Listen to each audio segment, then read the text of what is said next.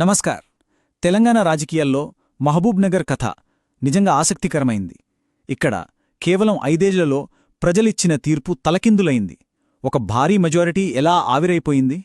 Voter నాడి దేనికోసం కొట్టుకుంది?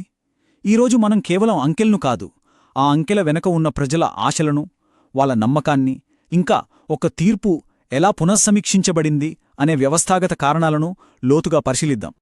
ఈ కథను అర్థం చేసుకోవాలంటే ముందుగా మనం మహబూబ్ నగర్ నేలమీద అడుగుపెట్టాలి. ఇది పట్టణ, గ్రామీణ ప్రాంతాల సమ్మేళనం. ఇక్కడి రాజకీయాలు వ్యవసాయం చుట్టూనే తిరుగుతాయి. దాదాపు 2.5 లక్షల మంది ఓటర్లున్న ఈ గడ్డపై రైతులు, యువత, మహిళలు వీళ్లే భవిష్యత్తును నిర్దేశించేది. వాళ్ల రోజువారీ కష్టాలు, వాళ్ల కలలే ఇక్కడి రాజకీయ దిశను నిర్ణయిస్తాయి. ఇప్పుడు మనం అసలు ప్రశ్నకు వద్దాం. ఈ మొత్తం విశ్లేషణకు ఇదే గుండెకాయ. 2018లో ఒక అభ్యర్థికి దాదాపు 58,000 ఓట్ల ఆధిక్యం వచ్చింది. అది తిరుగులేని ప్రజామద్దతు. కాని కేవలం 5 ఏళ్లలో ఆ ఆధిక్యం మాయమవ్వడమే కాదు, ఓటమిగా మారింది. ఇంతటి భారీ మార్పుకు అసలు కారణమేంటి? ఇది ఎలా సాధ్యమైంది? పదండి ఈ రహస్యాన్ని ఛేదిద్దాం. ఈ మొత్తం కథలో హీరోలు, విలన్లు, నాయకులు కాదు, ప్రజలు. వాళ్ల గొంతుకలోనే అసలు సమాధానం ఉంది. క్షేత్రస్థాయిలో ఏం జరిగిందో, ప్రజలు ఏమనుకుంటున్నారో అర్థం చేసుకోకుండా ఏ విశ్లేషణ పూర్తికాదు. ఇప్పుడు మనం వాళ్ల ప్రపంచంలోకి వెళ్దాం. చూడండి, మహబూబ్ నగర్ సమాజం చాలా విభిన్నమైంది. రైతులు, యువత, మహిళలు ఇక్కడి రాజకీయాల్లో నిర్ణయాత్మక శక్తులు. ఓబీసీలు, దళితులు, గిరిజనులు, ముస్లింలు కీలక పాత్ర పోషిస్తారు. ఇక్కడ మనం గుర్తుంచుకోవాల్సిందేంటంటే, ప్రతి పౌరుడికి గౌరవంగా బతికే హక్కు, తమ అభిప్రాయాన్ని బాధ్యతాయుతంగా వ్యక్తపరిచే స్వేచ్ఛ మన రాజ్యాంగం ఇచ్చింది. అయితే వీరందర్నీ కలిపే ఒకే అంశం వారి సమస్యలు. వ్యవసాయ సంక్షోభం, యువతకు భవిష్యత్తుపై భరోసా లేకపోవడం, మరియు సంక్షేమ పథకాలు క్షేత్రస్థాయిలో సరిగ్గా అందకపోవడం. ఇవే వాళ్ల ఓటును ప్రభావితం చేశాయి. సరే, ఇప్పుడు మాటలు కట్టిపెట్టి అంకెలు ఏం చెప్తున్నాయో చూద్దాం. ఎందుకంటే రాజకీయాల్లో అంకెలు అబద్ధం చెప్పవు. 2018 నుంచి 2023 మధ్య వచ్చిన ఆ రాజకీయ భూకంపం తీవ్రతను ఈ నంబర్లు మనకు కళ్ళక్కట్టినట్టు చూపిస్తాయి. ఇవి కేవలం సంఖ్యలు కాదు, ప్రజల తీర్పుకు నిలువొత్తద్దాలు. 57,775. 2018లో బీఆర్ఎస్ గెలిచిన మెజారిటీ ఇది. చిన్న నెంబరేం కాదు, తిరుగులేని ప్రజామద్దతుకు ఇది నిదర్శనం. మరి ఇంత బలమైన పునాది కేవలం 5 ఏళ్లలో ఎలా కదిలిపోయింది? ఇది మొదటి ప్రశ్న. ఇప్పుడు ఈ నంబర్ చూడండి, 18,738. ఇది 2023లో కాంగ్రెస్ పార్టీ సాధించిన ఆధిక్యం. అంటే లెక్కేస్తే దాదాపు 76,000 ఓట్ల స్వింగ్. ఇది కేవలం ఓటమి కాదు, ఇది ఒక రాజకీయ సునామీ లాంటిది. వ్యవస్థలో వచ్చిన పెనుమార్పుకు ఇది సంకేతం. అసలు కథంతా ఈ ఒక్క నంబర్లో ఉంది. -16.4%. బీఆర్ఎస్ కోల్పోయిన ఓటు షేర్ ఇది. అంటే 2018లో ప్రతి 100 మందిలో 54 మంది ఓటేస్తే 2023 వచ్చేసరికి ఆ సంఖ్య 37కు పడిపోయింది. ఆ 16 మంది ఎటు వెళ్లారు? వాళ్ల నమ్మకం ఎందుకు సడలింది? ఈ ఒక్క బార్చాట్ చూస్తే మొత్తం కథ మీ కళ్లముందే ఉంటుంది. ఆకాశంలో ఉన్నట్టున్న 2018 బీఆర్ఎస్ బార్ 2023 వచ్చేసరికి ఎలా నేలచూపులు చూసిందో చూడండి. అదే సమయంలో కాంగ్రెస్ ఓట్లవాటా ఎలా పెరిగిందో కూడా స్పష్టంగా కనిపిస్తోంది. ఇప్పుడు దీని వెనుకున్న కారణాలను విశ్లేషిద్దాం. అసలు ఇంత పెద్ద మార్పు ఎందుకొచ్చింది? ఇది ఒక్కరోజులో జరిగింది కాదు కదా. 5 ఏళ్లలో నెమ్మదిగా పేరుకుపోయిన అసంతృప్తి, నెరవేరని హామీలు, ప్రజలకు పాలనకు మధ్య పెరిగిన దూరం, ఇలాంటి ఎన్నో కారణాలున్నాయి. వాటిని ఒక్కొక్కటిగా విడదీశ్చుద్దాం. మా విశ్లేషణలో 4 ప్రధాన కారణాలు స్పష్టంగా కనిపించాయి. మొదటిది సంక్షేమ పథకాల అమలులో లోపాలు.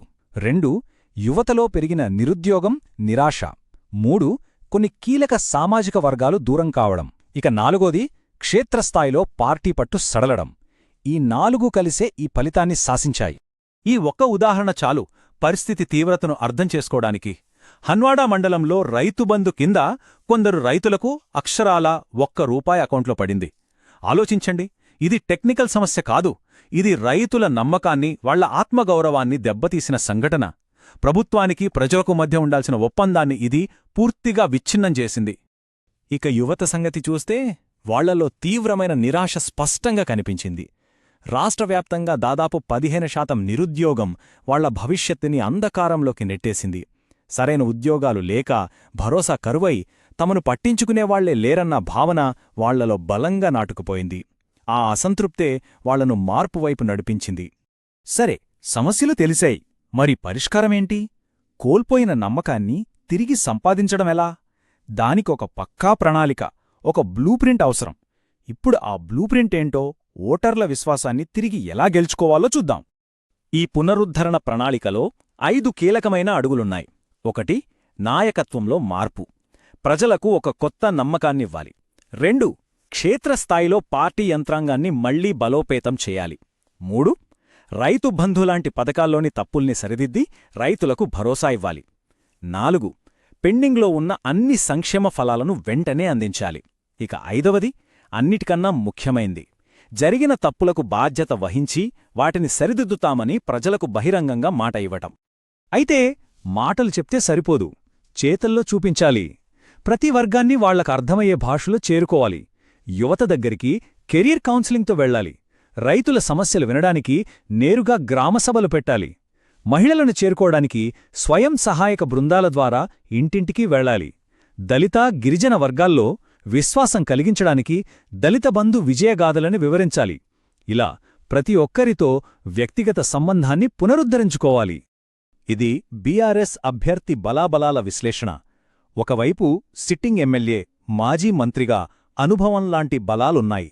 కాని మరోవైపు ఓటు షేర్ పడిపోవటం, సంక్షేమ పథకాల వైఫల్యం వంటి తీవ్రమైన బలహీనతలున్నాయి. వీటికి తోడు బీజేపీ ఓట్ల చీలిక, ప్రభుత్వ వ్యతిరేకత లాంటి సవాళ్లు కూడా ఉన్నాయి. ఇది క్షేత్రస్థాయి వాస్తవ పరిస్థితికి అద్దం పడుతోంది. రాజకీయ వ్యూహాన్ని అర్థం చేసుకోవడానికి ఒక అద్భుతమైన ఫ్రేమ్వర్క్ ఉంది. అదే చతుర్ముఖ సిద్ధాంతం. అంటే 4 ముఖాల వ్యూహం: దాడి, స్థిరత్వం, ఆవిష్కరణ, రక్షణ. బీఆర్ఎస్ ప్రచారం ఈ 4 అంశాల్లోనూ బ్యాలెన్స్ కోల్పోయింది. స్థిరత్వం ఇస్తున్నామని చెప్పినా పథకాలమల్లో వైఫల్యం వల్ల ప్రజలు నమ్మలేదు. యువత కోసం కొత్త ఆవిష్కరణ లేవు. క్షేత్రస్థాయిలో దాడి చేసేంత దూకుడు లేదు. కేవలం రక్షణాత్మక ధోరణిలో ఉండిపోయింది. ఈ వ్యూహాత్మక లోపాన్ని ప్రత్యర్థులు చక్కగా వాడుకున్నారు. ఈ విశ్లేషణ మొత్తం మనకు ఒకటే విషయం నేర్పుతోంది. ప్రజాస్వామ్యంలో పాలన అంటే అది ప్రజలతో చేసుకున్న ఒక పవిత్రమైన ఒప్పందం. అది 5 ఏళ్ల లైసెన్స్ కాదు, ప్రతిరోజూ నిరూపించుకోవలసిన ఒక నమ్మకం. సమాచార గోప్యత, వ్యక్తిగత గౌరవం, ఇవన్నీ మన రాజ్యాంగమిచ్చిన హక్కులు. వాటిని పరిరక్షించడం కూడా ఈ ఒప్పందంలో భాగమే. ప్రజల అనుమతి లేకుండా వారి డేటాను ఉపయోగించకుండా పారదర్శకంగా ఉండటం కూడా పాలనలో కీలకమైన అంశం. ఆ నమ్మకం దెబ్బతిన్నప్పుడు ప్రజలు ఆ ఒప్పందాన్ని పునరుద్ధరించరు. ఇప్పటిదాకా మనం చూసిన డేటా, విశ్లేషణ అన్నీ కలిసి ఒకే ఒక్క నిర్ధారణకు దారితీస్తున్నాయి. కోల్పోయిన నమ్మకాన్ని తిరిగి పొందాలంటే, ఒక నిజమైన మార్పు జరగబోతుందని ప్రజలకు సంకేతమివ్వాలంటే నాయకత్వంలో మార్పు అనివార్యం. ఇది వ్యక్తిగత నిర్ణయం కాదు, వ్యవస్థాగత మార్పుకు, జవాబుదారీతనానికి ఇది మొదటి అడుగు. చివరగా ఒక్క ప్రశ్న: రాజకీయ అధికారమనేది ఒక్కసారి గెలిస్తే సరిపోయే బహుమతా, లేక ప్రతిరోజూ ప్రజల నమ్మకాన్ని గెలుచుకోవాల్సిన బాధ్యత?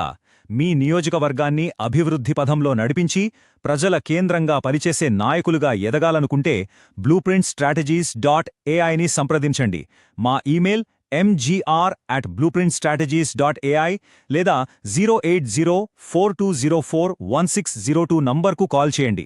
పాలిటిక్స్కి అతీతంగా ఒక లక్ష్యం కోసం పనిచేద్దాం.